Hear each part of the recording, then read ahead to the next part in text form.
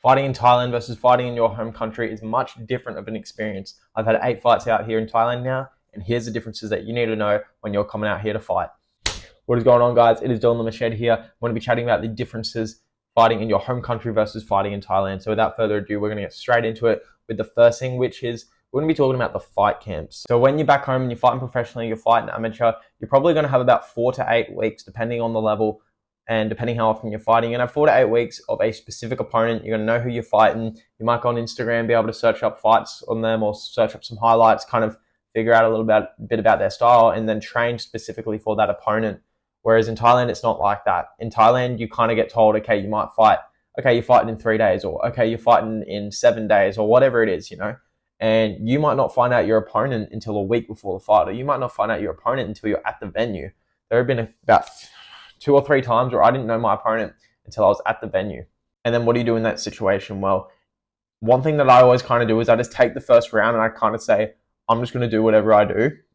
I'm going to have a look at my opponent, and then I'm just going to kind of figure out what they're like in that first round. And I'm going to listen to my coaches and to see what the goal is from there. So you can kind of go on Instagram and you can try to find them. Like my last opponent, he was a Turk that was from Phuket Fight Club. So all I did was go on Phuket Fight Club's Instagram. I had a look around for him. I found him, and then I kind of figured out him a little bit before the fight. And I showed him to my trainers, and they said, okay, he's a good boxer. If you stay long, you kick, you tip your knee, you'll win this fight. Bang, okay, done. And I had to completely change like certain things about my guard because he was very good at overhand. So instead of having my guard like that, I had to make sure my guard was like that because I'm a southpaw, the right overhand can't get over like that. So little things like that, you know what I mean? So you got to be able to adapt in Thailand. You're not going to have like this perfect fight camp where it's 4 to 6 weeks, you know what I mean? So that's number one, is you are going to have less time to prepare for opponent, and you have to really be ready for anyone. Number two, we're going to be talking about sometimes in Thailand, you will have a specific date for a fight, but you won't really be picking up the hard training until about maybe 2 to 3 weeks before that fight. And during the time you're not picking up the training, you're still training all the time. You're still doing your runs, you're still doing everything, you're still doing pad work. You might just not do as much pad work. They might focus a bit more on technique with you rather than just smashing you. You might help other people with their shark tanks in the clinch rather than getting shark tank yourself. So there's just little differences like that, because those last probably 14 to 10 days before a fight. You're getting smashed, you're getting shark tanked, you're getting fucking smashed from the pad, you're not really getting a rest, all those type of things, and you're getting pushed to your limits. So they don't really pick up that hard training until, like I said, 2 weeks out. So, but even in saying that, your body is always ready to fight. So there have been times where I've kind of been cruising the training, but I know my body is still fit. So I'll just take a fight within 2 or 3 days. So you always got to be ready to fight. But for the bigger fights and the fights that you have a specific date, you're going to be picking up the training for that, and you're really going to be going hard. Back in your home country, for me, Australia, you're probably going to be training kind of more hard more often. So you're going to train hard and then you're going to go down. And you're going to train hard and then you're going to go down. Whereas in Thailand, it's like kind of a steady pace, ramp up, and then we're peak for fight. Steady pace, ramp up, and we're peak to fight. Whereas in Australia, it's like peak up, peak down, peak up, peak down, peak up. And that's kind of the difference in training. Whereas I kind of like it in Thailand because I get less injuries. My body feels better, and I can kind of fight all the time. I'm always doing my road work. I'm always doing my sprints. I'm always hitting the air bike. So my body is always fit. Even if I'm not getting smashed in the Muay Thai with the shark tanks and all that, my body is still always fit so I can take a fight. Obviously, for the high level fights, you got to have that date, and you got to make sure you get that 2 to 3 weeks, whatever it is, of hard training.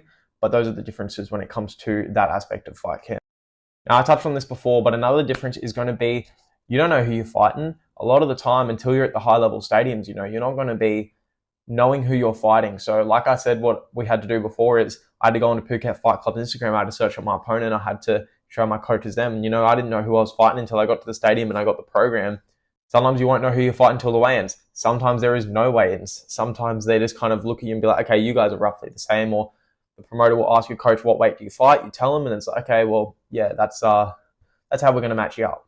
But the biggest advantage of this is you're going to learn how to adapt to different styles. And that is a big advantage when you go back to your home country.